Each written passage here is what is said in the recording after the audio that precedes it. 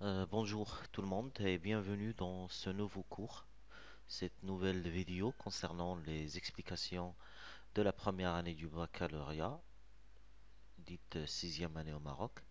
Nous sommes toujours dans l'étude de la boîte à merveilles, mais ce vidéo-là est le dernier concernant bien sûr la série des vidéos que nous avons présentées concernant l'explication et l'analyse de la boîte à merveilles. Donc c'est la dernière vidéo concernant la boîte à merveilles. Dans cette vidéo, bien sûr, normalement, le cours concerne le résumé général de l'œuvre de la boîte à merveilles, mais j'ai préféré, au lieu de seulement parler du résumé général de l'œuvre de la boîte à merveilles, j'ai préféré aussi faire un résumé général de toutes les explications qu'on a vues depuis que nous avons commencé, bien sûr, à étudier la boîte à merveilles. Donc, ce cours-là sera un cours global parce qu'il va englober, d'accord, tous les cours, depuis la biographie de Ahmed Sfraoui, l'autobiographie, la littérature maghrébine d'expression française, le schéma narratif, les personnages, les lieux et les temps, les situations des passages, le résumé des chapitres et bien évidemment le résumé général. D'accord? Donc c'est un cours global où vous allez trouver toutes les informations nécessaires, mais en résumé. Bien sûr, si vous souhaitez revoir ces vidéos, ces explications en détail, il suffit juste de revenir à chaque vidéo. Ce que je vais faire, c'est que dans la description de la vidéo, je vais mettre les liens pour toutes les vidéos précédentes, d'accord? Avec bien sûr le titre de chaque vidéo. Ça veut dire chaque personne, par exemple, qui souhaite avoir plus de détails concernant la biographie de Ahmed Sfraoui, il n'a qu'à retourner ou bien descendre juste dans la description de la vidéo. Il va trouver le lien pour la vidéo, d'accord? Donc, nous allons commencer. Bien sûr, ce ne sera pas une surprise parce que je vais parler toujours, bien sûr, de la chose la plus importante qui est la lecture.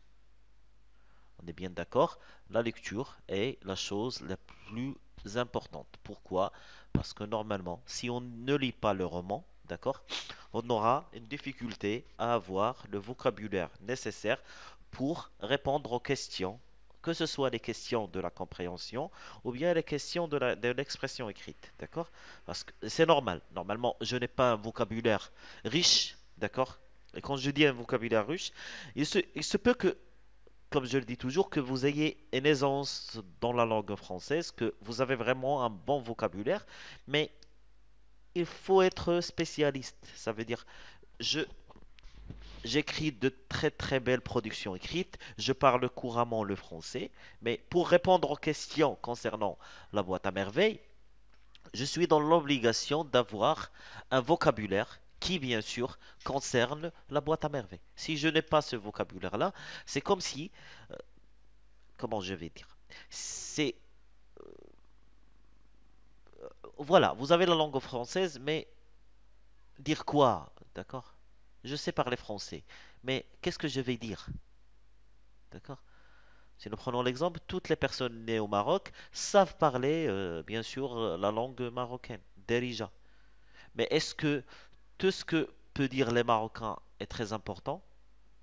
Non, ça dépend du sujet et ça dépend de la spécialité. Donc je le dis et je le redis, pour les personnes qui ont une aisance dans la langue française, s'il vous plaît, ne sous-estimez pas la boîte à merveilles et son vocabulaire, d'accord? Voilà, vous êtes bon en français, c'est bien, et on vous félicite, mais il faut avoir un bon vocabulaire pour avoir les bonnes réponses. Donc, la lecture, le but principal est d'avoir une aisance avec le vocabulaire concernant la boîte à merveilles, d'accord? Je ne dis pas que la lecture de la boîte à merveilles, certes, va vous ajouter des outils, d'accord, dans votre vie quotidienne, des termes, d'accord, que vous ne connaissez pas auparavant. Mais parlons juste des réponses que normalement vous devez écrire, euh, ou bien vos réponses dans l'examen régional. Normalement, le vocabulaire concernant la boîte à merveilles, ou bien Antigone, ou bien le dernier jour d'un condamné, sont primordiales afin que vos réponses soient correctes. Voilà, donc c'est l'importance de la lecture. Très bien. Donc maintenant, nous allons commencer part, le premier cours qu'on a vu, c'était la biographie de Ahmed Sfraoui. La biographie d'Ahmed Sfraoui. Normalement, ce qui est nécessaire et pourquoi on doit comprendre la biographie d'Ahmed Sfraoui, comme j'ai expliqué, et je vais réexpliquer, c'est parce que on a besoin de se mettre dans la peau d'Ahmed Sfraoui pour comprendre pour quelle raison il a écrit cette œuvre-là, euh, de quel point de vue elle est en train de visualiser les choses, d'accord? Ça veut dire, est-ce qu'il normalement, est-ce qu'ils sont de la fierté en racontant ces événements? Est-ce qu'il a peur? Est-ce qu'il a honte? D'accord? Donc normalement, on doit être dans la vision. Parce que derrière, il se peut que nous ayons, comme j'explique toujours, que nous ayons un sujet dans la production écrite qui concerne, par exemple, les sentiments d'Ahmed Sfraoui. D'accord? Concernant tel ou tel événement. D'accord? Il se peut que nous avons besoin, bien sûr, de la réaction, par exemple, du père du narrateur, quand il a su que son père, son fils, Ahmed Sfraoui, était un prodige, d'accord? Qu'il avait une bonne mémoire, qu'il était un très très bon élément par rapport aux camarades de sa classe. D'accord?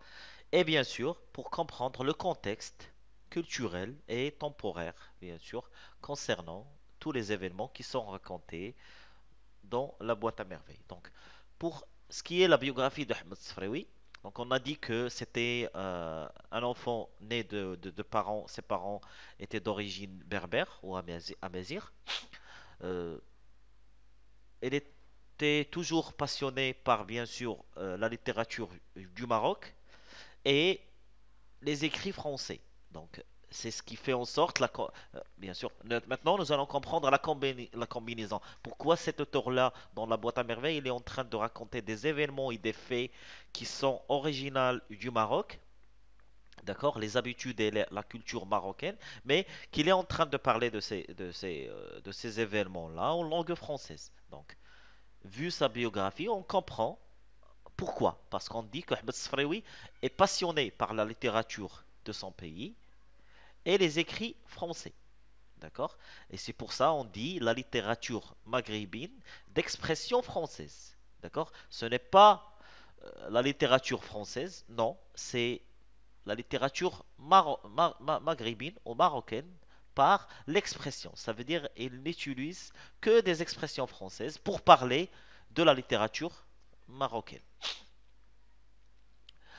Ahmed Sfraoui ne sait pas trop de choses par rapport à sa vie, contrairement par exemple à Jean Anouilh, le réécrivain d'Antigone ou bien Victor Hugo. On sait vraiment beaucoup de choses, mais pour Ahmed Sfraoui, euh, on n'a pas trop de choses concernant sa vie, mais de ses romans, on voit qu'il parle de lui. D'accord? Si on lit ce roman, on voit toujours sa touche, sa trace, sa vie, sa façon de penser et sa façon de vivre. D'accord? Ça veut dire, si on veut connaître qui est Ahmed Sfraoui, on n'a qu'à lire ses œuvres.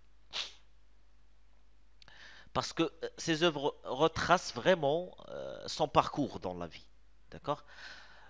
Ce Marocain, Ahmed Sfraoui, il a été capable de créer pour la première fois un nouveau mouvement littéraire. C'était vraiment un nouveau mouvement littéraire parce que normalement, il parlait de la littérature maghrébine, d'expression française. C'est devenu un mouvement parce que autres écrivains arabes, surtout plus précisément géographiquement la Tunisie et l'Algérie, vont suivre la trace de notre écrivain Ahmed Sfraoui et vont aussi écrire des romans, d'accord, qui vont appartenir aussi à la catégorie des romans écrits dans ce qu'on appelle la littérature maghrébine d'expression française. Normalement, les débuts de Ahmed Sfraoui, c'était en tant que journaliste. Après, il a été conservateur au musée Doha. Euh, il était aussi un fonctionnaire dans des structures ministrales. Mais malgré tout son parcours professionnel, il est vraiment moins important que son parcours littéraire. Ça veut dire qu'Ahmed Sfraoui, on le connaît plus qu'en tant qu'écrivain que bien sûr dans les autres métiers qu'il a exercés. En 1949, il a publié son premier roman qui s'appelle Le Chapelet d'Ambre. Dans ce chapelet d'ombre, bien sûr, il parle de sa ville natale qui est Fès. Cette première entrée dans le monde des livres, la première entrée, je dis bien, lui a apporté le prix littéraire du Maroc. Son premier roman, il a eu le prix littéraire du Maroc. Et même si c'était le prix littéraire du Maroc, c'était le premier Marocain qui l'a eu. Voilà, c'était Ahmed Sfraoui.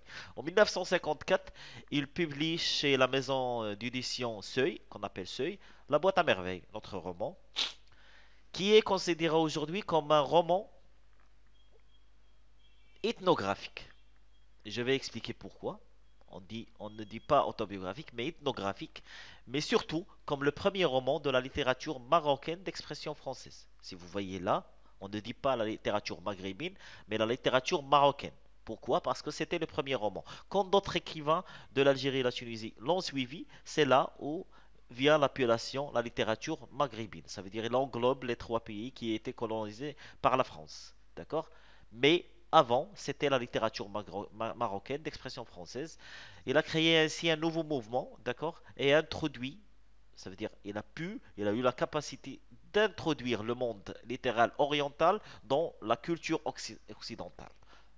Donc, 1973, il a édité en Algérie le roman La maison de servitude, d'accord. C'était un énorme succès pour Ahmed Sfraoui jusqu'à sa mort. Ce grand écrivain qui a la plume vraiment très, très originale et novatrice. Novatrice, ça veut dire c'est un créateur, une personne qui arrive à faire toujours des nouveautés. Il a pu, il a eu la possibilité de créer un mélange de cultures, d'accord? Parce que quand on voit la littérature maghrébine d'expression française, quand on voit La Boîte à Merveilles, quand on lit son roman publié en Algérie, La Maison de Servitude, on comprend que cet écrivain-là n'était pas seulement un citoyen marocain de Fès, mais disons que c'était une personne internationale qui était connue par que ce soit le monde bien sûr oriental ou occidental, c'était vraiment un auteur qui a pu tracer euh, la littérature maghrébine et plus spécialement marocaine, bien sûr, par l'expression française. Donc, c'est Ahmed Sfraoui. Donc, Ahmed Sfraoui, comme on a dit, né de parents berbères, originaire de Fès. Si on parle de ses œuvres les plus connues, dans La Boîte à Merveilles, son premier roman était Le Chapelet d'Ombre, puis il y avait La Boîte à Merveilles, et aussi La Maison de Servitude. Dans son œuvre, on a toujours les traces qu'elle a laissées dans son œuvre, bien sûr, parler de sa vie, de son quotidien, que ce soit de sa ville natale, que ce soit bien sûr de son parcours et sa vie en tant que citoyen marocain. Donc, les œuvres de Ahmed Sfraoui, les caractéristiques, c'est qu'ils sont toujours des romans qui parlent toujours de la littérature marocaine par laquelle il est fasciné. Et bien sûr, on voit toujours l'expression française, parce que normalement il a eu une éducation dans une, même si on est au Maroc, mais c'était une école française. On voit toujours aussi que ces œuvres ont une touche novatrice de la création et de l'imagination.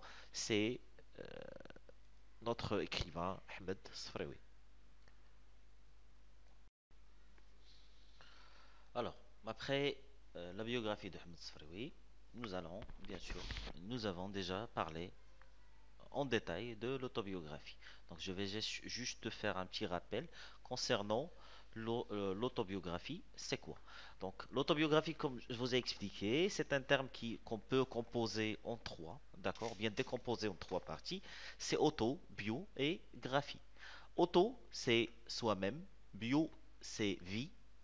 Et graphie, c'est écrire. Donc écrire sur soi ou bien raconter soi-même sa propre vie. C'est l'autobiographie.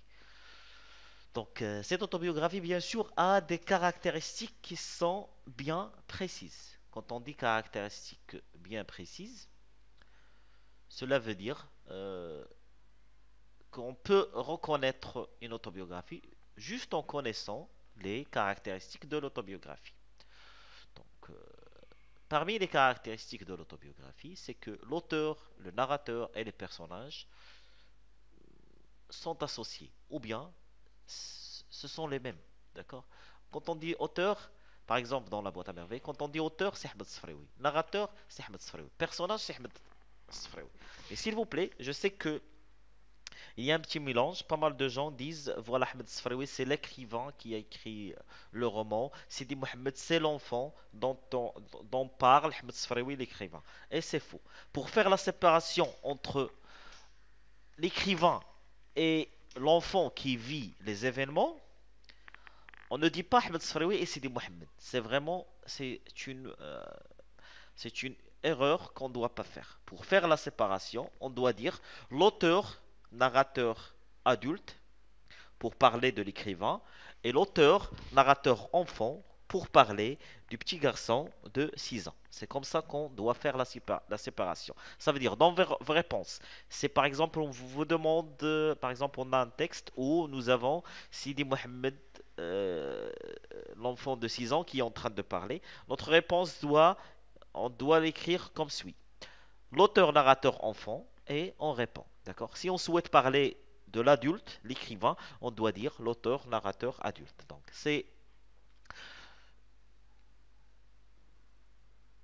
je ne veux pas être pessimiste et vous dire voilà c'est faux, mais c'est pour éviter toute problématique. D'accord? Vous connaissez, vous avez bien sûr le professeur dans la classe qui vous permet de dire Ahmed Sfraoui et Sidi Mohamed. C'est bien, d'accord? Mais normalement, ce sont les réponses que ce dernier va attendre de vous quand il s'agit de son examen. Mais quand on parle de l'examen régional, il faut que nos réponses soient des réponses universelles. Ça veut dire tout le monde les accepte, tout le monde peut les comprendre, d'accord? Donc, il vaut mieux, au lieu de dire Ahmed et Sidi Mohamed, ce n'est pas une séparation, mais la correcte séparation, c'est auteur, narrateur, enfant et auteur, narrateur, adulte. Parmi les caractéristiques de l'autobiographie, nous avons ce qu'on appelle la règle, euh, euh, ce qu'on appelle la règle triangulaire, d'accord? Ou bien la triple règle. Cette règle nous dit que l'auteur, dans l'autobiographie, doit toujours dire la vérité. Ça veut dire l'auteur s'engage à dire la vérité. La deuxième partie est que le lecteur doit toujours poser des questions. Doit toujours poser des questions. Et le lecteur, dans l'autobiographie, n'est pas un lecteur qui est passif, mais un lecteur qui est actif. Ça veut dire qu'il doit toujours poser des questions. Parce que normalement, dans la tête et là dans l'esprit, que l'auteur, il est en train de lui raconter des événements qui sont réels. Et vous savez, même dans nos discussions avec nos amis, si la personne il n'est pas en train de nous raconter une blague ou bien une histoire imaginaire, si il nous parle d'une expérience qu'il a vécue, normalement nous posons des questions pour mieux comprendre. C'est ce qui est demandé dans l'autobiographie. Ça veut dire quand vous êtes en train de lire La Boîte à merveilles, il faut toujours que vous vous posez des questions. Est-ce que les endroits cités dans La Boîte à merveilles existent bien? Et c'est ce qu'il existe toujours. Est-ce que c'était le vrai métier du papa de Ahmed Sfraoui, le fait qu'il fabriquait des tissus? Est-ce qu'ils habitaient la maison qu'on appelait Dar Chouefa? Ça veut dire qu'on doit toujours poser des questions. La troisième règle, d'accord, ou bien la troisième partie de la triple règle, c'est que l'auteur doit toujours vous donner des réponses. D'accord? Et si ce dernier a commis des fautes, il doit se justifier auprès de vous. Ça veut dire, c'est comme si on est dans une interaction, on est dans une communication entre le lecteur et l'auteur. Ça veut dire, ce n'est pas un roman qui est seulement écrit, l'auteur ne se soucie même pas du lecteur, s'il est en train de lire, s'il n'a pas lu, s'il a aimé, s'il n'a pas aimé. Non. Il doit se mettre en tête que, par exemple, quand je vais dire cette information, le lecteur derrière va demander des explications. Moi, je vais anticiper cette question et je vais bien sûr répondre à mon lecteur. C'est la règle triangulaire. Donc normalement, pour la forme de l'autobiographie, c'est toujours un récit en prose. Pour le thème, c'est que l'auteur toujours parle de sa vie. Et bien sûr, quand on dit l'auteur, on sait très bien qu'il y a une sorte de fusion entre l'auteur, narrateur et personnage. Ça veut dire l'auteur, c'est celui qui a écrit le livre. L'auteur, c'est lui qui est en train de raconter les événements. Et le personnage, ou bien ce qu'on appelle le protagoniste, l'acteur, dans l'histoire, c'est bien sûr le personnage principal. Donc on peut dire que auteur égale narrateur égale personnage principal. Concernant l'ethnographie, donc, on a bien dit que le roman de la boîte à merveilles, c'était plus qu'une autobiographie, mais c'était une ethnographie. L'ethnographie est une science, d'accord, qui concerne l'étude des peuples, leurs traditions et leur culture, d'accord. Donc, l'ethnographie, c'est c'est une science qui parle ou bien qui étudie les peuples, les traditions et les cultures. Pourquoi on dit que la boîte à merveilles est considérée plus qu'une autobiographie, mais une ethnographie? Parce que Ahmed Sfraoui parle vraiment des modes de vie de ses voisins. Il parle de son milieu social. Euh, c'est comme si c'était un livre qui appartenait aux sciences sociales. D'accord? C'est ce qu'on appelle l'ethnographie. D'accord? Et c'est pour ça on dit que le roman d'Ahmed Sfraoui est plus qu'une autobiographie, mais c'est une ethnographie. Mais restons et soyons clairs, dans la réponse de l'examen régional, ce qui nous est demandé est de dire, si il nous demande le genre de la boîte à merveilles, on doit dire la boîte à merveilles est un roman autobiographique, point. On n'ajoute pas ethnographie, d'accord? Parce qu'on a le point de toute façon. Quand on ajoute ethnographique, qu'on ne l'ajoute pas, on a toujours le point. Donc, essayez d'être simple et précis. Mais pour votre compréhension personnelle, comme je dis toujours, pour la préparation des productions écrites, il faut vous mettre dans la tête que la boîte à merveilles est plus qu'une autobiographie. Si aussi, plus qu'une autobiographie, c'est une ethnographie. Ainsi, vous aurez en tête que ce roman-là, elle est plus qu'une simple autobiographie. On ne parle pas que de Ahmed Sfraoui, mais on parle de tout son voisinage. Peut-être on parle de la culture de tous les Marocains. Peut-être on parle de la culture de tout le Maghreb arabe. Et peut-être on parle de toute l'Afrique. D'accord? Donc on doit être général et ne jamais être surpris par une production écrite qui nous parle par exemple de l'Afrique et nous dire voilà, non, mais pourquoi il nous pose, pourquoi on a cette production écrite concernant l'Afrique alors que la boîte à merveille ne parle que d'Ahmed Sfraoui et ne parle que de Fès. Non, il faut se mettre dans la tête et que vraiment la boîte à merveille est plus qu'une autobiographie, c'est une ethnographie et si vous avez cette compréhension en tête, il va vous servir à avoir plus d'informations, à faire plus de recherches. Comme ça, vous aurez bien sûr la capacité d'avoir plusieurs informations et en ayant ces plusieurs informations, vous aurez la possibilité d'écrire n'importe quelle production écrite. Donc, rapidement, l'autobiographie, c'est écrire soi-même sa propre vie. L'auteur et le narrateur, le narrateur et les personnages principaux, ils parlent toujours de la même personne. Pour faire la séparation entre l'écrivain et l'enfant, on dit auteur-narrateur adulte et auteur-narrateur enfant. L'autobiographie respecte la triple règle. L'auteur doit toujours dire la vérité, le lecteur est le juge du récit et l'auteur doit toujours se justifier. La forme de l'autobiographie est un récit en prose. Le thème, l'auteur parle de sa vie. Euh, et comme on a dit, l'auteur, c'est celui qui a écrit les événements, le narrateur, celui qui nous raconte les événements, et le personnage principal, c'est l'acteur, celui qui vit les événements. On a dit que l'autobiographie est plus qu'autobiographie, c'est une ethnographie. On a dit que l'ethnographie s'occupe de tout ce qui est tradition et culture. Et dans le roman de la boîte à merveilles, on sait que Ahmed Sfraoui n'a pas parlé que de lui, mais il a parlé des traditions et cultures de tout son entourage, qui reflète peut-être la façon de vivre de toute sa ville, de tout son pays, de tout son continent.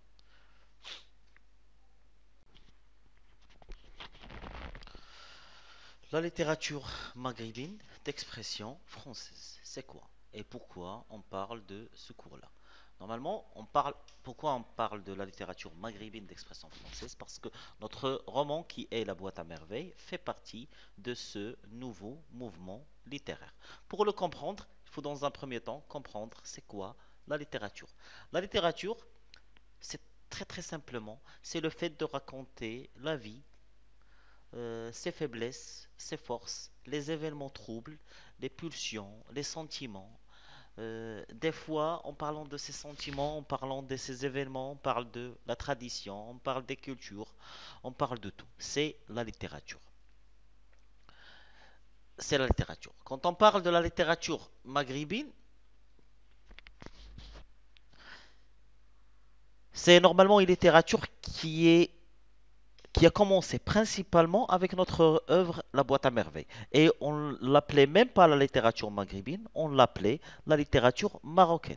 Parce que le premier œuvre appartenant à ce nouveau mouvement littéraire était bel et bien La Boîte à Merveilles. C'est pour ça, dans un premier temps, ça veut dire dans les années entre 1945 et 1950, normalement on l'appelait, c'est la naissance de cette littérature, et il s'appelait la littérature marocaine. Mais après, quand d'autres écrivains, notamment ceux de l'Algérie et de la Tunisie, ont aussi commencé à écrire des œuvres appartenant à ce courant littéraire, il y a, c'est là où nous avons eu l'appellation globale qui est la littérature maghrébine d'expression française. Donc, la littérature est née entre les années 45 et 50. C'était dans les pays du Maghreb arabe, le Maroc, la Tunisie et l'Algérie. Pourquoi on ne dit pas, on parle pas de la Libye? Parce que la Libye était colonisée par l'Italie. Donc il ne parlait pas français comme le Maroc, la Tunisie et l'Algérie, mais il parlait bien sûr une autre langue qui est l'italien, parce qu'ils étaient colonisés par un autre pays qui était l'Italie. Et ce qui nous pousse à comprendre que cette littérature aussi a été née de la colonisation. D'accord? C'est la raison pour laquelle ces auteurs-là, qui appartenaient à ces trois pays, ont adopté l'expression française parce que c'était leur vécu. Et vous voyez même, si vous voyez même les années, on sait très bien que c'était dans l'époque où, par exemple, le Maroc allait à peine avoir son indépendance. Donc, l'époque où il était toujours colonisé par la France, même cas pour la Tunisie et pour l'Algérie. Donc, c'est la littérature maghrébine d'expression française. Normalement, pour les étapes de cette littérature, il y avait deux étapes. Les premiers romans étaient bien sûr écrits et c'était ceux de Ahmed Sfraoui. Aussi, il y avait Driss Shraibi, il y avait aussi Mohamed Dib, Khatib Yassine, donc d'autres écrivains. Il y avait bien sûr la deuxième époque, celle des années 70, où on avait bien sûr Abdelatif Dabi ou Tahar Ben Jelloun, et bien évidemment Mohamed Khairdin, l'écrivain de l'œuvre Il était une fois un vieux couple heureux. C'est l'œuvre que vous allez avoir dans la prochaine année, l'année du bac. C'est aussi une œuvre qui fait partie de la littérature maghrébine d'expression française. Donc, très, très, très, d'une façon vraiment très, très bref, la littérature maghrébine d'expression française, c'est une littérature qui parle de la vie, des événements qui sont passés au Maghreb, d'accord, et qui sont, bien sûr, euh, on s'exprime, d'accord, d'accord, on s'exprime pour parler de ces événements en français. C'est la littérature maghrébine d'expression française. Donc, il a commencé, comme je vous ai expliqué, par la boîte à merveilles. Il y avait d'autres œuvres qui ont suivi, bien sûr, cette, euh, ce premier pas pris par notre auteur Ahmed Sfraoui à écrire bien sûr tout un roman qui parle de tous les événements, tout son vécu, d'accord, mais en s'exprimant en français.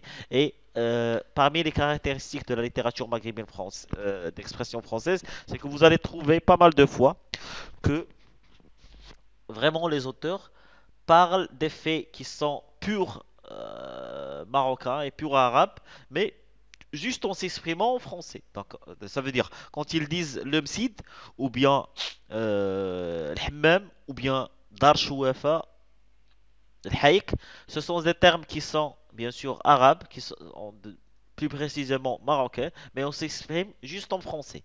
D'accord?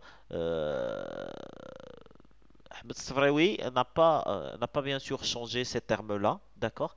Il s'est seulement exprimé, d'accord? Il a seulement utilisé des expressions françaises, mais les faits sont des faits, bien sûr, de la littérature maghrébine.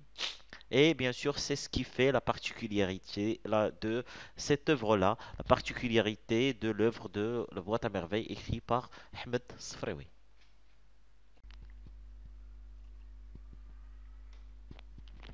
Le schéma narratif,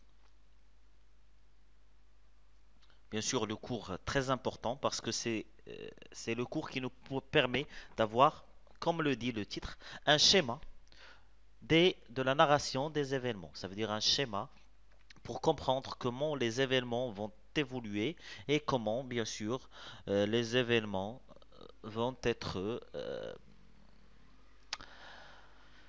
élaborés par l'auteur dans son œuvre qui est La Boîte à Merveille, ou bien concernant le dernier jour d'un condamné, ou bien Antigone. Parce que normalement, c'est un cours qui englobe, ça veut dire si on l'explique, si vous le comprenez une fois, vous n'aurez plus de problème avec les trois œuvres, ou bien n'importe quelle œuvre au futur. Pourquoi? Parce que normalement, c'est un schéma qui a bien sûr ses propres composants. Il a ses propres composants. Le schéma narratif, bien sûr, est universel. Ça veut dire qu'il s'adapte à tous les romans. Ça veut dire qu'il n'y a pas de problème. Ça veut dire vous n'allez jamais trouver un changement. Ça veut dire il y a toujours une situation initiale, il y a toujours un élément perturbateur, il y a toujours des péripéties, il y a toujours un élément de l'équilibre, il y a toujours une situation finale.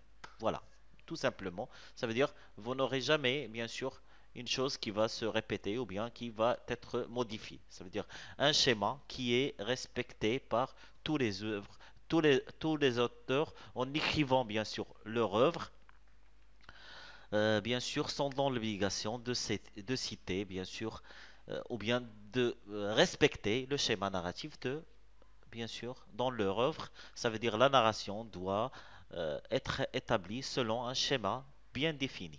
D'accord? Donc la situation initiale, c'est le commencement, c'est normalement la situation de l'équilibre, c'est la paix, c'est le début de chaque histoire. Normalement, la situation initiale normalement ne dure pas trop longtemps. C'est vraiment un commencement qui est très bref, d'accord? Une sorte de présentation.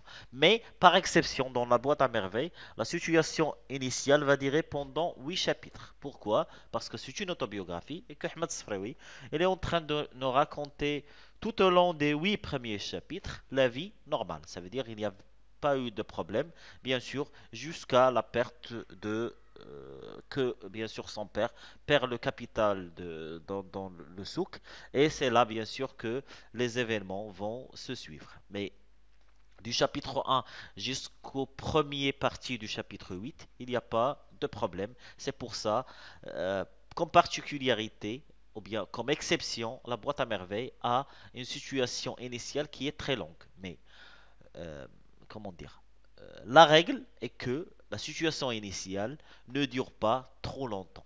Ça veut dire c'est une action ou bien ce sont des événements brefs. C'est juste une exception de la boîte à merveilles. Donc, l'exemple de la situation de la boîte à merveilles, l'auteur, narrateur, personnage vit avec ses parents. Rien ne perturbe cette vie, disons, heureuse.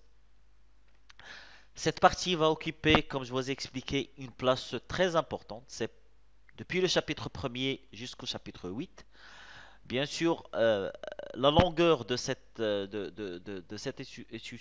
situation initiale parle bien sûr de la félicité ou bien le bonheur dans laquelle ou bien la félicité dans laquelle ou bien le bonheur dans lequel baigne le petit enfant qui est Ahmed Sfraoui, l'auteur narrateur enfant, et bien sûr qui est plongé dans un monde merveilleux. C'est la situation initiale. Après, l'élément perturbateur, celui qui perturbe le calme qu'on a, on peut appeler aussi l'élément déclencheur parce que c'est lui qui déclenche l'événement. L'exemple de la boîte à merveilles, l'élément perturbateur, c'est bien sûr l'élément qui a troublé la félicité ou bien dans laquelle vivait l'auteur avec ses parents. Et bien sûr, c'est la ruine du père qui a perdu son capital, l'argent qu'il portait sur lui est tombé bien sûr quelque part dans le souk, il n'a pas pu le trouver. Après chaque élément perturbateur, il y a les péripéties ou bien les événements qui suscitent de l'élément déclencheur. Dans l'exemple de la boîte à merveilles, les péripéties sont bien sûr le voyage du père aux environs de Meknès, où il va travailler, exercer vraiment un travail très pénible pour pouvoir bien sûr ramasser l'argent nécessaire pour relancer bien sûr son atelier, parce qu'on a dit, parce que normalement euh, à la base, le père de Ahmed Sfaroui est un fabricant de tissus. Et normalement, ces péripéties vont s'étaler sur le chapitre, les dernières parties du chapitre 8, le chapitre 9, le chapitre 10 et le chapitre 11. On a aussi le congé qui a été accordé à Ahmed Sfrewi, qui n'allait plus à l'école coranique, l'Msid, à cause bien sûr de sa maladie. Il y a aussi la tristesse de sa mère, d'accord? Par rapport à sa famille et par rapport à la famille de son ami, de son ami intime, qui est l'Aïcha. Et bien sûr, c'est ces deux femmes qui vont se rendre au mausolée et vont consulter les voyants. Après les péripéties, nous avons besoin d'un élément qui équilibre la ruine causée par l'élément déclencheur. C'est ce qu'on appelle le dénouement ou bien l'élément de l'équilibre. L'élément perturbateur, on l'appelle aussi l'élément de déséquilibre. Le dénouement, on l'appelle l'élément de l'équilibre. C'est comme si je vous disais, c'est le héros dans l'histoire. Par exemple, si nous prenons un film, c'est le héros qui vient, bien sûr, faire le ménage, qui vient, bien sûr, réparer toutes les erreurs commises, par exemple, par les forces du mal. Voilà. Si nous prenons l'exemple du film, par exemple Batman, on va dire que l'élément déclencheur c'est le Joker et que bien sûr le dénouement c'est Batman qui vient bien sûr réparer les problèmes causés par le Joker. C'est le dénouement. Dans l'histoire, c'est bien sûr le retour du père. Donc, le héros, ou bien le dénouement, ou bien l'élément de l'équilibre qui va remettre Ahmed Sfraoui à son monde, bien sûr, la félicité, le bonheur et le monde merveilleux dans lequel il vivait, c'est bien sûr le retour de son père. La situation finale, et normalement, c'est la situation par laquelle se termine chaque histoire. Et aussi, c'est une situation qui est, normalement, qui est bref, parce que normalement, ça nous sert juste à clôturer le récit. Dans notre exemple, la boîte à merveilles, la situation finale est le retour de l'équilibre. C'est le bonheur, bien sûr, de Ahmed Sfraoui et de sa famille. C'est la réouverture de, de l'auteur-narrateur enfant, qui est Ahmed Sfraoui, de sa boîte à merveilles. D'accord? Parce que la situation initiale, bien sûr, si vous vous souvenez bien, commence par la nuit et la solitude. C'est là que Ahmed Sfraoui était avec, bien sûr, sa boîte à merveilles, ses jouets. Et c'est avec laquelle va se terminer, bien sûr, l'histoire. C'est le bonheur et, bien sûr, euh, les jeux imaginaires qu'exerce Ahmed Sfraoui avec sa boîte à merveilles. C'est le schéma narratif. Rapidement, pour Antigone et les derniers jours d'un condamné à mort, il y a aussi des particularités. Par exemple, dans Antigone, nous n'avons pas une situation initiale parce que ça commence par la ruine et on n'a pas une situation, euh, on a une situation bien sûr finale et on n'a pas la situation initiale, on n'a pas aussi un dénouement qui est heureux. D'accord? On a un dénouement qui est malheureux. C'est juste pour vous expliquer que l'élément de l'équilibre peut être quelque chose une chose heureuse, comme il peut être une chose malheureuse, parce que pas mal d'histoires ne se terminent pas par le bonheur. Il se peut qu'il se termine par le malheur, et bien sûr, c'est le cas de Antigone. Le dernier jour d'un condamné, c'est une autre histoire. Pourquoi? Parce que Victor Hugo a fait en sorte, d'accord, de ne pas donner une situation initiale, de ne pas donner un dénouement et non plus une situation finale. Euh, je vais expliquer pourquoi, d'accord, pourquoi il a fait ça de son plein gré, d'accord, ce n'était pas une coïncidence. Donc Victor Hugo, il l'a bien voulu nous parler que de l'élément perturbateur d'une façon très brève et tout le roman, il constitue une sorte de péripétie. D'accord? Donc, mais concentrez-vous maintenant sur la boîte à merveilles et les autres explications viendront bien sûr à fur et à mesure que nous avançons.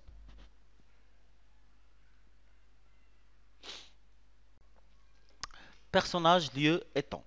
Si on parle de ce cours-là, c'est dans un premier temps, c'est le cours qui vous permet de comprendre l'évolution de chaque personnage, comprendre et bien sûr avoir une carte dans la tête des lieux où les événements sont passés, et bien sûr avoir une chronologie des événements et bien sûr leur succession. Pourquoi on a besoin de ce cours-là?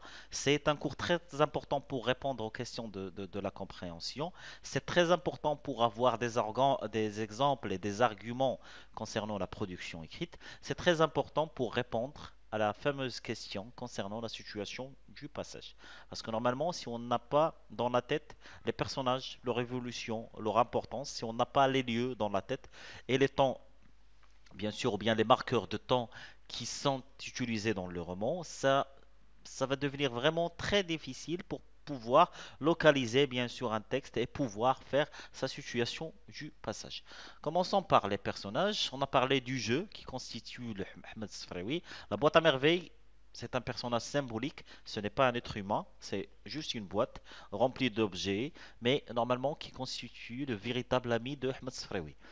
Il y a Lala Zoubida, d'accord, c'est la maman. Ahmed Sfraoui tient beaucoup de choses de cette femme-là parce que normalement elle est superstitieuse. C'est la raison pour laquelle l'enfant était toujours fasciné par. Si nous prenons l'exemple quand ils ont visité Driss Larrafi, l'enfant était vraiment surpris par ce voyant aveugle, d'accord? Ça veut dire que c'est le rôle de sa maman qui, bien sûr, a été fière toujours de ses origines. Il y a Seb Slam, le papa de 40 ans, que l'enfant juge séduisant et beau. Ce papa-là qui travaille comme tissard et normalement euh, qui constitue pour l'enfant la sécurité, d'accord? Puisque quand ce dernier était dans l'obligation de voyager pour assurer le quotidien de sa famille, l'enfant est tombé malade et bien sûr, euh, son père lui manquait beaucoup parce que il avait un rôle très important. Darshouafa, la personne par laquelle ou bien via laquelle la maison est nommée, euh, Tante Kinza, d'accord, c'est son vrai prénom, il s'appelle Kinza, mais il y a des gens bien sûr qui l'appellent Chouafa, la voyante, mais normalement c'est que Ahmed Sfraoui l'appelle Tante Kinza. Il y a Driss L'Oued, un voisin bien sûr, Fatima Al-Bziouia aussi, Abdullah l'épicier, c'est un personnage très important parce que normalement c'est le personnage qui racontait des histoires à Ahmed Sfraoui et de ces derniers tenait bien sûr tous les événements imaginaires qu'il avait en tête. Al-Fqih Demsid, un personnage qui inspirait peur à Ahmed Sfraoui, un personnage qui est toujours en colère, d'accord, et que bien sûr l'enfant essaye d'éviter au maximum. Lalla Aïcha, l'ami intime de Lalla Zoubida, Driss le Teigneux, le fidèle servant du papa de Ahmed Sfraoui, si Islam.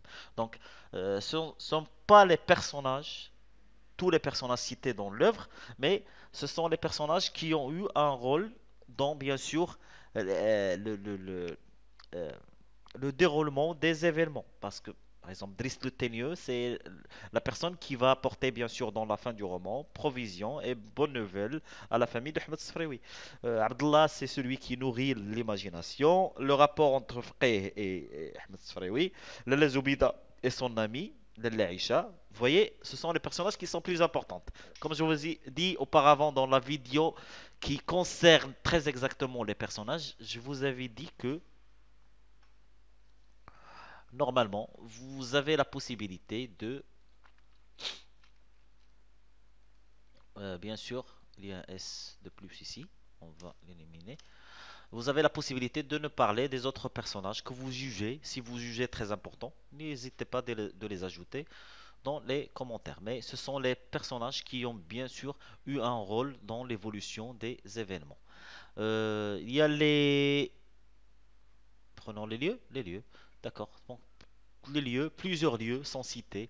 L'impasse d'Archouefa, l'Emsid, le Bameur, le mausolée, la maison de l'Aïcha qui se trouve dans Znaqt el-Hajjama, les ruelles de la ville de Fès, le Qessaria, la chambre de Rahma, la chambre qui a été visitée quand sa fille était bien sûr disparue et après retrouvée, la Médina, le souk des bijoutiers, ou bien là où va commencer bien sûr le malheur de la famille, le mausolée Sidi Ahmed Tijani, la demeure du frère Sid Al-Arrafi, le voyant aveugle. Donc, ce sont pas toujours, comme je vous ai expliqué, tous les lieux cités dans l'œuvre, mais ce sont les lieux avec lesquels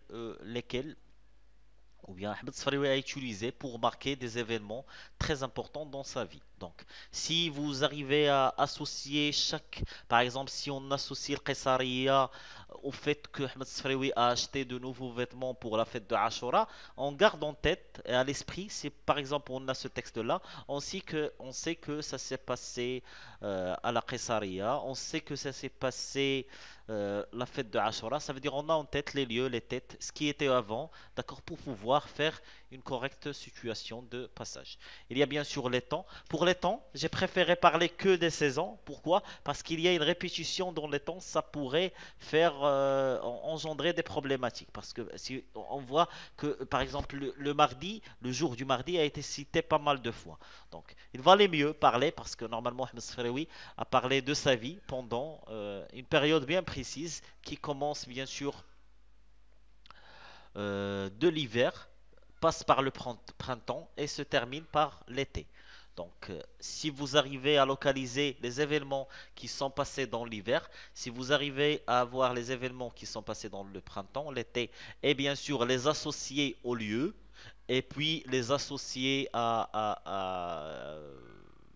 comment dire, les associer au personnage, vous aurez la possibilité, les associer au personnage, m'excuse, les associer au personnage, vous aurez la possibilité d'avoir en tête un schéma comme celui que vous avez devant les yeux qui pourra vous permettre d'avoir tous les événements en tête. Comme ça, vous n'aurez jamais de difficulté avec les situations des passages. Donc, c'est ce qui concerne bien sûr les personnages, les lieux et les temps.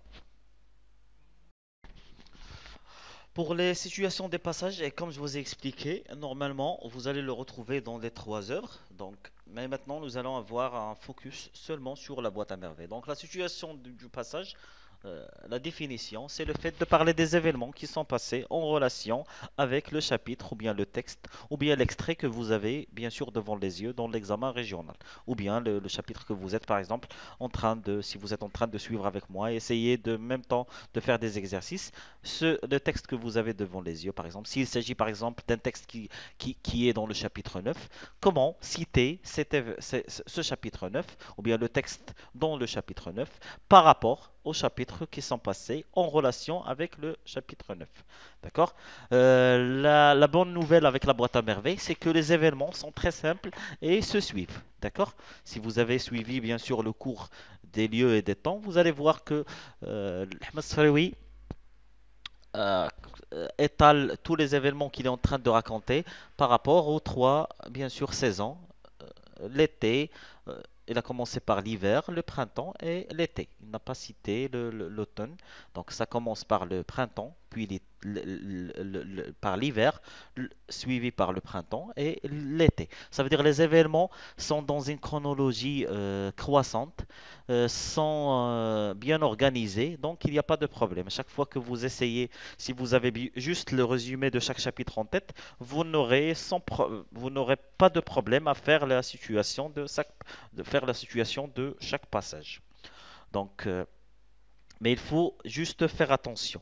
Vous avez l'une des deux options. Si par exemple vous souhaitez parler du chapitre 9, je prends l'exemple du chapitre 9 en global, il faut juste faire attention. Vous avez la possibilité de ne parler que du chapitre 8 pour préparer le lecteur au chapitre 9. Vous aurez la possibilité aussi de parler depuis le chapitre premier jusqu'au huitième chapitre, mais en respectant la règle est que chaque événement dont vous allez parler doivent bien sûr être en relation avec le chapitre 9. Pour commencer la réponse, il y a une formule, d'accord, que vous pouvez tous utiliser. Ce chapitre, ou bien ce texte, ou bien cet extrait se situe après que et vous commencez votre réponse. Par exemple, le chapitre 9 se situe après le chapitre 8. C'est juste un exemple. Mais bien sûr, vous allez remplir le chapitre 9 et le chapitre 8 par les événements, bien sûr, adéquats. Donc, la deuxième solution, comme je vous ai dit, c'est de parler et d'être plus précis. Et là, vous pouvez commencer votre situation par la phrase ce chapitre se situe juste après. Quand vous ajoutez juste, ça veut dire que vous allez être plus précis. Si vous dites seulement ce chapitre se situe après, donc vous avez la permission de parler des choses en toute globalité. D'accord? Par exemple, on va parler de la fête de Ashura, vous pouvez parler que l'extrait, d'accord? Par exemple, l'extrait concernant la fête de Ashura, cet extrait se situe après, bien sûr, les préparatifs de l'Ashura, en achetant, bien sûr, les tambours et les vêtements, et bien sûr, en passant chez le coiffeur. Et ainsi de suite, d'accord? Si vous souhaitez être plus global, vous pouvez dire, par exemple, pour le même chapitre ou bien pour le même texte concernant la fête de Ashura, après que ce chapitre se situe, ou bien cet extrait se situe, après que Ahmed Sfrewi nous parle de son enfance et son vécu quotidien, il nous parle aussi des préparatifs de l'Ashura, d'accord? Les vêtements qu'il a achetés, les tambours, d'accord? Et bien sûr, la fête et comment cette fête a été, bien sûr, passée par la famille d'Ahmed Sfraoui avec ses voisins. Donc, vous avez bien sûr libre choix, d'accord? Mais il faut, s'il vous plaît, juste se limiter, d'accord? Parce que normalement, la situation de passage doit être située des deux côtés, du passé et du futur. Mais ce qui vous est demandé dans le programme du sixième année est et de parler que, bien sûr, de ce qui s'est passé. Donc, limitez-vous, s'il vous plaît, de ce qui s'est passé. Donc, pour cela, maîtrisez les personnages, maîtrisez les événements, les lieux, maîtrisez les temps utilisés, maîtrisez aussi le schéma narratif. Il faut toujours l'avoir en tête. La situation initiale, l'élément perturbateur, les péripéties, le dénouement et les situations finales. Et maîtrisez les éléments phares de chaque chapitre, bien sûr, et je vais parler de ces éléments-là dans les résumés de chaque chapitre. Donc, le résumé de chaque chapitre, comme on a dit, la boîte à merveilles est constituée de 12 chapitres, très exactement. Donc, dans le chapitre premier, deux éléments déclenchent le récit. Il y a la nuit et la solitude. Bien sûr, le poids de la solitude. Le narrateur songe à ses origines, à son enfance. Donc, l'enfant de 6 ans est bien sûr distingué par rapport aux enfants qu'il côtoie, avec lesquels il joue, par sa faiblesse, d'accord, sa fragilité et le fait qu'il se sent seul. C'est un personnage qui est rêveur, fasciné et fasciné par les mondes qu'il ne voit pas. Bien sûr, à travers les souvenirs de l'adulte et bien sûr le regard de l'enfant, ça veut dire l'adulte il est en train de nous faire l'analyse via ses souvenirs. L'enfant il est en train de nous faire la description parce que c'est le regard de l'enfant qui est en train, qui est analysé par la mémoire de l'adulte. Donc le lecteur découvre bien sûr la maison qu'il habitait avec ses nombreux voisins. L'enfant aussi, il y avait l'enfant qui habitait son propre univers, même s'il habitait une grande maison. Et bien sûr, l'enfant qui va accompagner. Ce chapitre-là se termine par sa visite au bain mort avec sa femme. Il était vraiment une expérience très ennuyeuse pour Ahmed Sfraoui. Et bien sûr, il va nous parler, bien sûr, de la bagarre entre sa maman et la voisine Rahma. C'est bien sûr le chapitre premier. Le chapitre 2, il parle d'Umsid, l'école bien sûr coranique. L'enfant va découvrir bien sûr qu'il y a un vaste monde en dehors de sa maison. Il nous parle du frère qui est en train de distribuer les coups à tort et à travers. Ce personnage lui a inspiré cauchemar et souffrance. À son retour, il a trouvé sa mère souffrante, qui a été visitée par son amie, son ancien voisine aussi, Lella Aisha.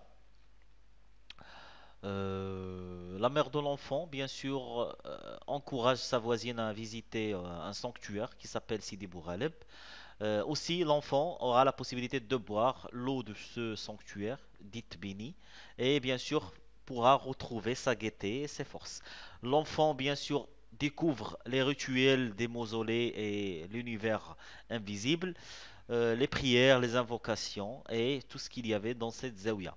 Le lendemain, bien sûr, la vie normale va reprendre. Le père est toujours le premier à se lever. Il part toujours tôt à son travail et revient tard le soir. Euh, c'est son fidèle serviteur, Driss, qui bien sûr assurait le ménage et bien sûr les courses du ménage. La famille vraiment vivait dans une félicité, comme on avait dit. Il vivait dans le bonheur et il pouvait jouir de ce bonheur-là, ce confort que d'autres, bien sûr, il y avait des personnes qui étaient jaloux de la vie, bien sûr, de l'auteur et de sa famille. Chapitre 3, c'est l'action globale, c'est la perte de Zeynep et le retrouvailles de Zeynep, bien sûr. Euh, et bien sûr, le repas. C'était le retour de Zeynep était l'occasion à fêter. Il y avait un repas qui était bien sûr adressé à une confrérie de mendiants aveugles. Chapitre 4, c'est les premiers jours du printemps. Le narrateur et sa maman vont rendre visite à son amie Lalla Aïcha, l'ancienne voisine.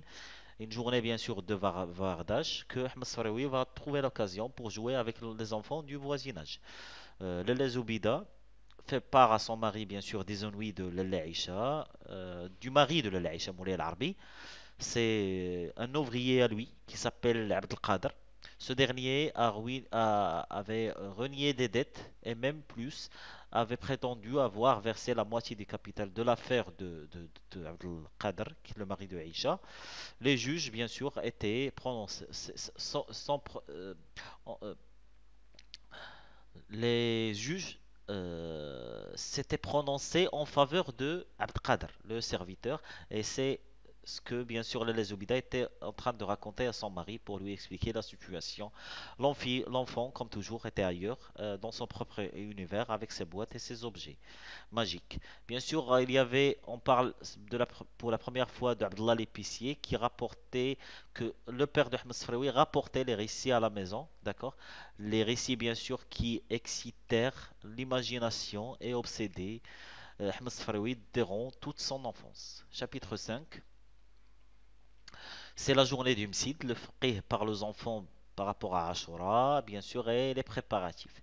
Il y avait aussi la mort d'un coiffeur qui n'est pas le père, qui n'est pas le coiffeur, qui est le papa de la fille que va épouser Moulay Al-Arbi, le mari de Lalla Aïcha.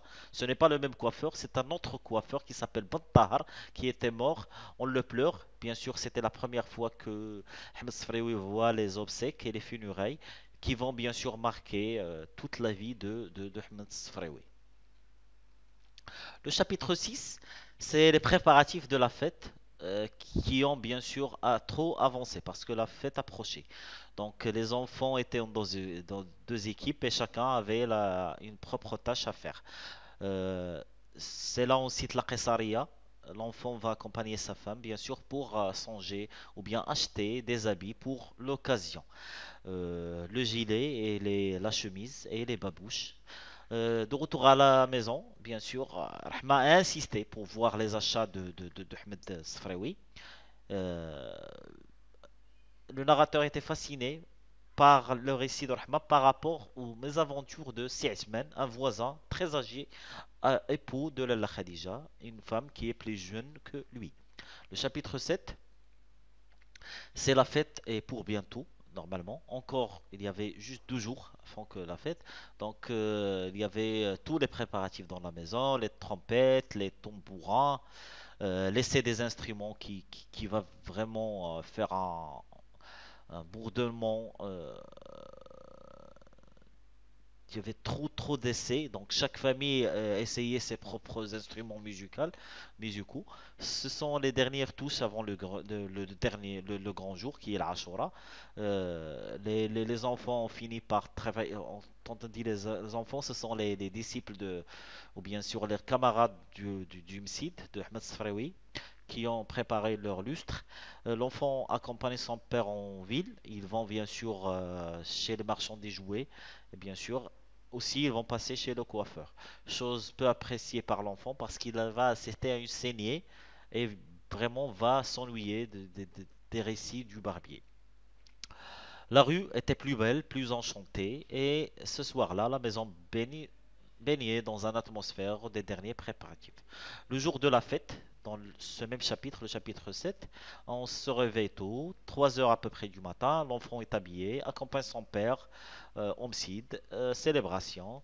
Après, c'est un jour exceptionnel, récitation du Coran, chant de cantique, invocation, avant d'aller bien sûr joindre ses parents qui l'attendaient pour le petit déj. Son père l'emmena en ville. À la fin du repas du midi, le Laïcha est arrivé. Les deux femmes passent le reste de la journée à bavarder. Le soir, le Laïcha repart chez elle et l'enfant, lassé de son tambour et de sa trompette, est content de retrouver ses vieux vêtements. Chapitre 8. La fête est terminée. La vie retrouve sa monotonie, d'accord, son calme. Les premiers jours du chaleur, donc on comprend que le chapitre 8 est le commencement de l'été. L'école coranique quitte la salle d'Umsid, très étroite, trop chaude, et s'installe dans un sanctuaire proche. L'enfant porte bien sa mémoire, se porte bien, et sa mémoire fait des miracles. Le père est très satisfait. Lala Zoubida a enfin les bracelets qu'il désirait tant, mais bien sûr, c'était la visite C'est là où nous avons l'élément perturbateur. La visite de ce souk va se terminer dans un drame qui est la perte du capital. Aussi, il y a le mari de Lalla Aïcha qui a pris une autre épouse. C'était la fille de deuxième coiffeur cité dans le roman, qui est Si Abdelrahman. Euh, L'enfant rêve toujours, assiste toujours à ses cours, il abandonne son univers à lui, il est l'homme, prince, roi, il fait des découvertes, il en veut à mort aux adultes de ne pas les comprendre. Sa santé fragile va lui rejouer des tours alors que le Laïcha racontait ses malheurs elle a eu de violents maux de tête et fait secouer par la fièvre. Sa mère en fut bouleversée. Ça veut dire c'était soudain, d'accord? Les deux femmes étaient en train de bavarder. C'est là où, bien sûr, l'enfant a eu de violents maux de tête. Donc, sa mère, bien sûr, avait très peur pour lui. Chapitre 9. L'état de santé de l'enfant empire. La Lézobida s'occupe de lui nuit et jour. Bien sûr, il y a les autres ennuis qui l'attendaient. Les affaires de son mari vont très mal. Alors, il quitte la famille pour un mois et part aux moissons et compte économiser de quoi relancer bien sûr ses affaires. L'attente, la souffrance et la maladie sont bien sûr le quotidien de la famille. Les Zoubida et les Aïcha, deux amis frappés par le malheur, décident alors de consulter le voyant, c'est l'Arafi. Le chapitre 10. Bien sûr, les conseils, les prières et les bénédictions de Sid al-Arafi rassurent les deux femmes. Normalement, c'est le chapitre de la visite de Sid al-Arafi. L'enfant était fasciné par le voyant. La Zoubida garde l'enfant à la maison. Ainsi, il se sent moins seul et sa présence lui fait oublier ses malheurs. Chaque semaine, ils vont prier sur la coupole d'un saint. Les prédictions de Sid al-Arafi se réalisent. Un message venant de la campagne apporte provision, argent et bonnes nouvelles. Sidi Abdurrahman, Lalla Aïcha, de Sidi Abdurrahman, Lalla Aïcha invite Lalla Zubida et lui réserve une surprise. Il semble que son mari va retourner, bien sûr, auprès d'elle. Chapitre 11. Thé et bavardage de bonne femme chez Lalla Aïcha. Il y a bien sûr la présence d'un nouveau personnage qui est Selema la marieuse, qui va bien sûr s'excuser auprès des femmes, des deux femmes, et va expliquer que Moulay Arbi, la raison pour laquelle Moulay Arbi a pris une deuxième épouse, c'est que c'était une personne qui voulait avoir des enfants. Mais malheureusement, le divorce, malheureusement pour la fille des coiffeurs, heureusement pour le Aïcha, le divorce était pour bientôt. Zor, c'est une voisine qui va aussi faire son apparition dans ce chapitre-là, vient prendre part à la conversation et apporte une scène de ménage. Le flot de commérage et des médisances n'en finit pas et l'enfant, lui, qui ne comprenait pas le sens de tous les mots, est entraîné par la seule musique des syllabes. Il ne comprenait pas, mais il aimait bien sûr les syllabes citées dans bien sûr ce bavardage. Le chapitre dernier, chapitre 12, c'est la grande, bien sûr, la grande nouvelle rapportée par Zineb, le Ma'allim Abdeslam est de retour. Toute la maison est agitée, des youyos qui éclatent par-ci, par-là. Bien sûr, l'enfant et sa mère sont heureux. Driss Aouad est arrivé à temps, a annoncé que le divorce de Moulay Al-Arbi et la fille de coiffeur a été aussi prononcé. La conversation de Driss Aouad et Moulay Abdeslam, ponctuée de vers, bien sûr, ont écrasé à nouveau notre héros qui est Ahmed Sfraoui, celui qui a été pris de fatigue, qui ne veut point dormir et il se sent triste aussi parce qu'il est toujours seul et il tire sa boîte à merveilles de dessous son lit. Les figures de ses rêves l'y attendaient comme toujours et bien sûr il va commencer une nouvelle expérience imaginaire. Donc ce sont les 12 chapitres avec les éléments, bien les événements principaux. Si vous avez ces événements en tête, vous n'aurez pas de problème avec, comme je vous dis, toujours les réponses concernant les questions de compréhension ou bien la situation du passage. Et voilà, nous avons ici le résumé général de l'œuvre. Bien sûr, l'auteur, narrateur, personnage principal raconte son enfance alors qu'il avait 6 ans, part dans un va-et-vient entre le point de vue de l'auteur-narrateur adulte et de l'auteur-narrateur enfant. Le lecteur entre dans le monde solitaire du narrateur qui, malgré quelques timides amitiés, ne semble compter qu'un véritable ami que la boîte à merveille. En faisant le bilan de son enfance, l'auteur raconte ses journées au Msit auprès du frère et de ses condisciples, ses collègues, ses amis de Msit. La maison de Darchouafa, les habitudes de ses habitants, ainsi que le souvenir de fierté de sa mère concernant ses origines et son aptitude à passer du rire aux larmes, en plus de son d'art et son art de compter de raconter les événements d'une façon qui passionnait bien sûr tout l'auditoire. Ça veut dire que chaque personne qui était en train d'écouter la maman de Ahmed Sfraoui, elle était fascinée par la façon euh, avec laquelle cette femme pouvait raconter les événements. Et peut-être c'est pour ça, c'est d'où Ahmed Sfraoui tient le fait qu'il a vraiment, c'est un artiste quand il est en train de raconter les événements. Peut-être qu'il tient ça de sa maman. Donc, on a dit, son art de raconter les événements d'une façon qui passionnait son auditoire, de par son genre, le récit reste un véritable témoignage des vécus de ses personnages, par la fréquence des noms, des quartiers, qui constituent une véritable cartographie géographique. Ça veut dire que la boîte à merveilles, il y avait même des personnes qui la considéraient comme une carte géographique. Pourquoi? Parce que tous les lieux qui ont été cités dans la boîte à merveilles étaient des lieux qui existaient bel et bien. Ça veut dire que c'était des endroits réels qui existaient et que, bien sûr, Ahmed Sfraoui nous a parlé de chaque endroit, d'accord, avec une grande précision, qui a poussé des gens à considérer la boîte à merveilles comme une véritable cartographie géographique de Fès. La figure calme du père est mise à rude épreuve dans le marché des bijoux quand il vient en main avec le courtier avant d'acheter les bracelets or et argent à sa femme. Cet incident précède l'annonce de la perte du capital dans le souk des Haïk, ce qui fait basculer le niveau de vie de la famille dans la pauvreté. On a dit que la famille de Ahmed Sfraoui vivait la facilité, qu'ils étaient bien sûr dans l'aisance, qu'ils avaient le bonheur, mais après cette ruine, normalement, leur vie va basculer dans un niveau, euh, disons, qu'ils vont devenir pauvres. Après avoir assuré le quotidien de sa famille, le père part aux environs de Fès, ou bien de Meknès, pour travailler comme moissonneur. D'accord? Pour un mois, après un mois d'absence, bien sûr, ce dernier va rentrer chez lui et il va apprendre le divorce de Moulay El-Arbi avec sa seconde épouse, la fille du coiffeur, ce qui lui permet d'exprimer son soulagement quant à ce dénouement. Ça veut dire, il part aux environs de Meknès ou bien aux environs de Fès pour travailler comme moissonneur. D'accord? Après, il va retourner. Quand il va retourner, il va entendre bien sûr la bonne nouvelle, la bonne nouvelle pour l'ami de sa femme, qui est l'Aïcha, qui est le divorce de Moulay El-Arbi avec sa nouvelle épouse. Bien sûr, cette information, bien cette nouvelle va lui faire du bonheur.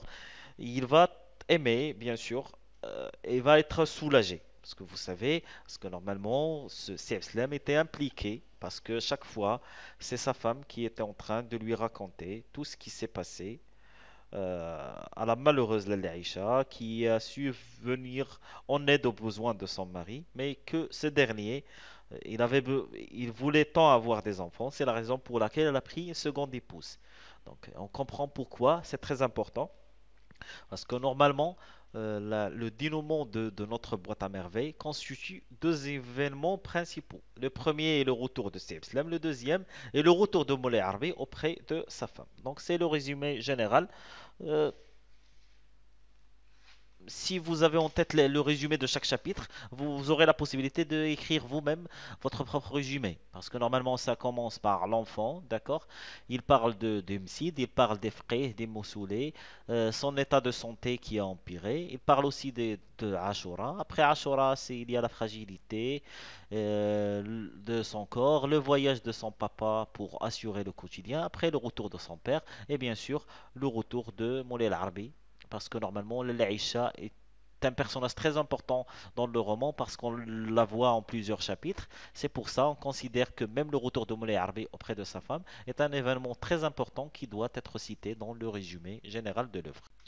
Bon voilà, c'est la boîte à merveilles en totalité. Donc si vous voyez ce cours-là, ou bien si vous voyez cette vidéo, il faut savoir que normalement je vais vous mettre juste en bas dans la description de cette œuvre-là